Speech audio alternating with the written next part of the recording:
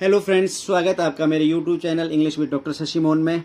आज जो हम स्टडी कर रहे हैं वो कर रहे हैं लुक लाइक और लुक्स लाइक को, और इनका वाक्य में कैसे प्रयोग किया जाता है, सेंटेंस में कैसे यूज किया जाता है, उसको जानने से पहले हम ये जान लेते हैं कि ये किन स्थितियों में, किन परिस्थितियों में इनका प्रयोग किया जाएगा।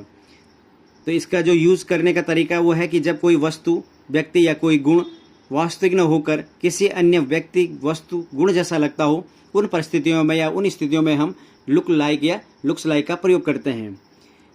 जब हमें किसी वाक्य या सेंटेंस में लुक लाइक या लुक्स लाइक का प्रयोग करना हो तो उसके लिए उस वाक्य का जो कंपोजिशन है हिंदी में वो कैसा होना चाहिए। तो जब कभी किसी हिंदी वाक्य में सबसे पहले विशेषण आया हो या नाउन आया हो, विशेषण भी हो सकता है और नाउन भी हो सकता है, वो आया हो, और साथ में उस जो वाक्य है उसका जो अंत है वो लगता है, लगती है या लगते हैं की तरह हो, मतलब उस वाक्य में एडजेक्टिव हो सकता है, नाउन हो सकता है, और जो वाक्य का फॉर्मेशन है उसमें किसका प्रयोग किया गया हो, लगता है, लगती है या लगते हैं का प्रयोग किया गया हो।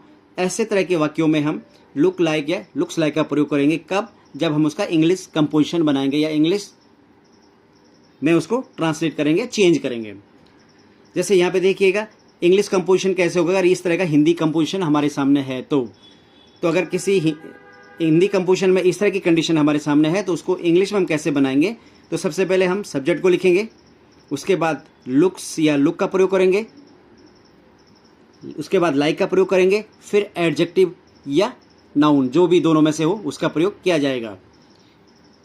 फिर से स्पष्ट कर लेते हैं कि अगर हिंदी कंपोजिशन में एडजेक्टिव आया हो, विशेषण आया हो या कोई संज्ञा आई हो, साथ में वाक्य में लगता है, लगती है या लगते हैं का प्रयोग किया गया हो, तो उसके अंग्रेजी बनाते समय सबसे पहले सब्जेक्ट को लिखा जाएगा, एक वचनकर्ता के साथ लुक्स और बहुवचनकर्ता के साथ लुक का प्रयोग किया जाएगा, साथ में लाइक, और उसके बाद ये तो एडजेक्टिव होगा या नाउन, जो दोनों में से जो भी होगा उसका प्रयोग किया जाएगा।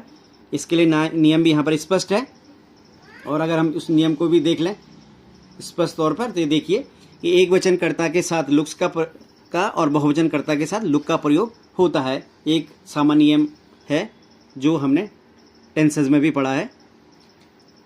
अब जैसे देखिए इसका एग्जांपल देखते हैं, एग्जांपल से ज़्यादा चीज़ें स्पष्ट हो जाती हैं। जैसे हमने कहा कि वह मोहन लगता है, अब हम कह रहे हैं कि वह मोहन लगता है, इसका मतलब ये है कि वह मोहन लगता तो है लेकिन मोहन नहीं है।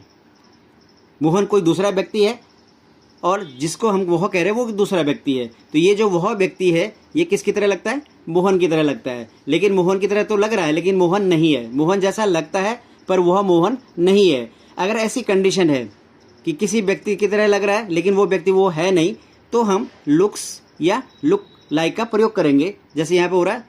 अब देखिए, अब वह मोहन लगता है को हमें अंग्रेजी में ट्रांसलेट करना है या उसको इंग्लिश में कंपोज करना है, तो कैसे करेंगे?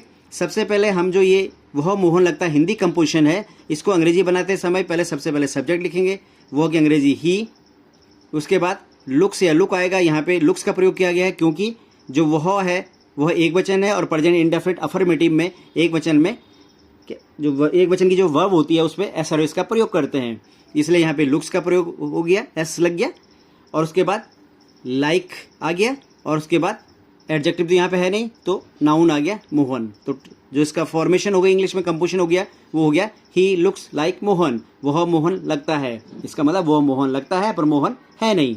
एक एग्जाम्पल और देख लेते हैं, वह खिलाड़ी लगता है, इट मीन्स वह खिलाड़ी लगता तो है पर वह खिलाड़ी नहीं है, इसका ये सेंस हुआ। तो फिर वही कहेंगे हम, वह की अंग्रेजी ही। ऐसा क्यों कर रहे हैं? इंग्लिश कंपोजिशन ये है, सबसे पहले सब्जेक्ट आएगा ही, फिर आएगा लुक्स, क्यों? क्योंकि ही एक वचन है, फिर उसके बाद लाइक, उसके बाद एडजेक्टिव है नाउन, यहाँ पर प्लेयर क्या हो गया? नाउन हो गया। तो जो इसका फॉर्मेशन हो गया इंग्लिश में हो गया he looks like a player. तो इस तरह से प्रयोग किया जाता है लुक लाइक और लुक्स लाइक का, जबकि वाक्य के अंत में लगता है, लगती है, लगते आए, ऐसे बहुत सारे सेंटेंसेस हम बना सकते हैं। Thank you very much.